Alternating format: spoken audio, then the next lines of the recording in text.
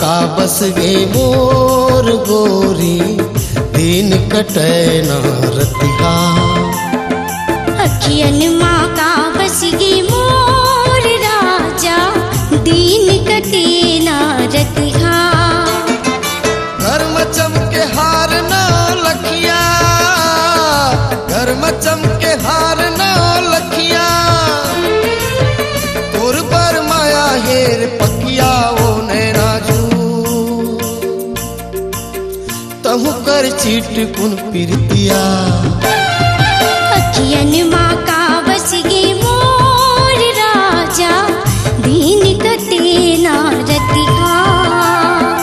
अखियन माँ का बस गे मोर गोरी, दिन कटे ना रतिहा।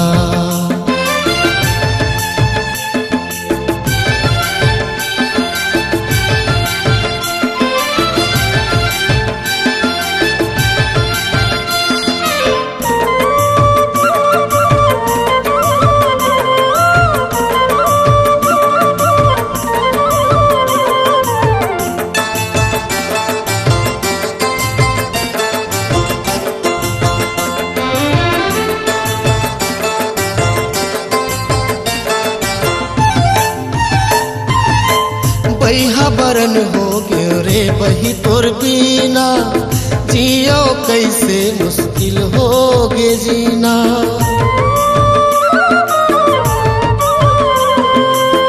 तोर सुरता में पानी सुहावे ना खाना, रात के सपना में आए रे दीवाना। आँखी में झूले तोर सूरतिया, आँखी में झूले तोर सूरतिया, रही रही बदल जाते मतिहा ओ गांजा कली। हाय रे चिड़ैया फूल बतिया। अखियन माँ का बच गे मोर राजा, दिन कटे ना रतिहा। अखियन माँ का बस गे मोर गोरी, दिन कटे ना रतिहा।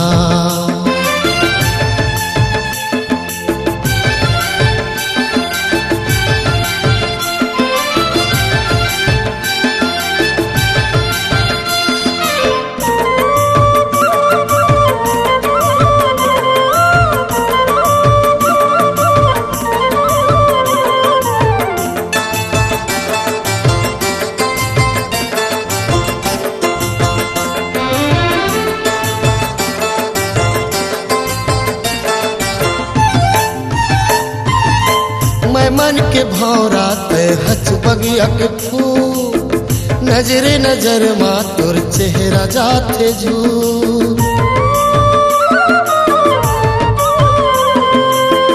आम के डारी माँ कोयली हकू की, जैसे तनला तोर बीरी हाँ चुहकी।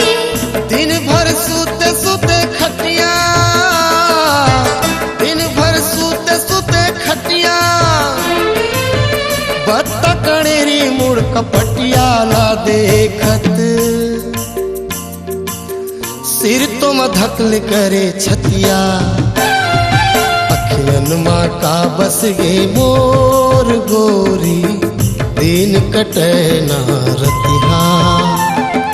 अखियन माँ का बस गे मोर राजा, दिन कटे ना रतिहा। घर में चमके हार ना लखिया, घर में चमके हार ना लखिया, तोर पर माया हेर पकिया रे गांजा कली। तहु कर चीट कुन पिरतिया। अखियन माँ का बस गे मोर राजा, दिन कटे ना रतिहा। अखियन माँ का बस गे मोर राजा, दिन कटे ना रतिहा।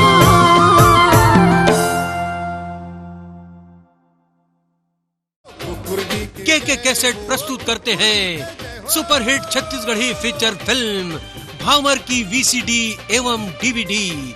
भावर